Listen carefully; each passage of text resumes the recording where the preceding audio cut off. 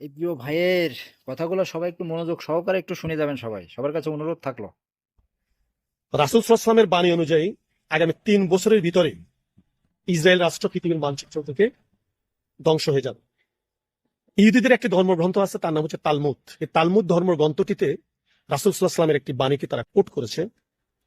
সেখানে রাসূল সাল্লাল্লাহু আলাইহি ওয়াসাল্লাম বলেছেন যে দুনিয়ার বুকে ইহুদিদের একটি রাষ্ট্র গঠিত হবে এবং সেই রাষ্ট্রটি টিকে থাকবে ৮০ বছর পর্যন্ত। তো সেই হিসাবে বর্তমান ইসরায়েল রাষ্ট্র প্রতিষ্ঠিত হয়েছিল ১৯৪৮ সালে। সেই হিসাবে ৭৭ বছর অলরেডি হয়ে গেছে। আর ৩ বছরের ভিতরে ইনশাআল্লাহ ওকে, ফাইন।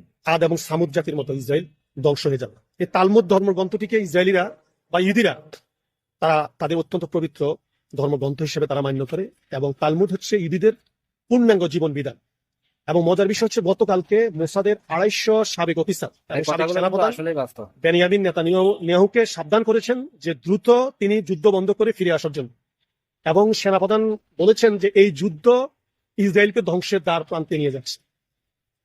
তো রাসূল সাল্লাল্লাহু আলাইহি ওয়াসাল্লামের সে বাণী এবং সাবেক ইসরায়েলি সেনাপ্রধানের বাণীর মোটামুটি একটা মিল খুঁজে পাচ্ছি। ইনশাআল্লাহ আমরা মহান আল্লাহ পাকের নিকট আমরা সারা পৃথিবীর সমস্ত মুসলমানের প্রার্থনা যে ইসরায়েলকে যেন আল্লাহ কথাগুলো কিন্তু আমার জমিনের বুক খুবই থেকে ভালো লাগেছে। আপনাদের যদি ভিডিওটা ভালো লাগে অবশ্যই একটু লাইক কমেন্ট করে শেয়ার করে অন্যদেরকে দেখার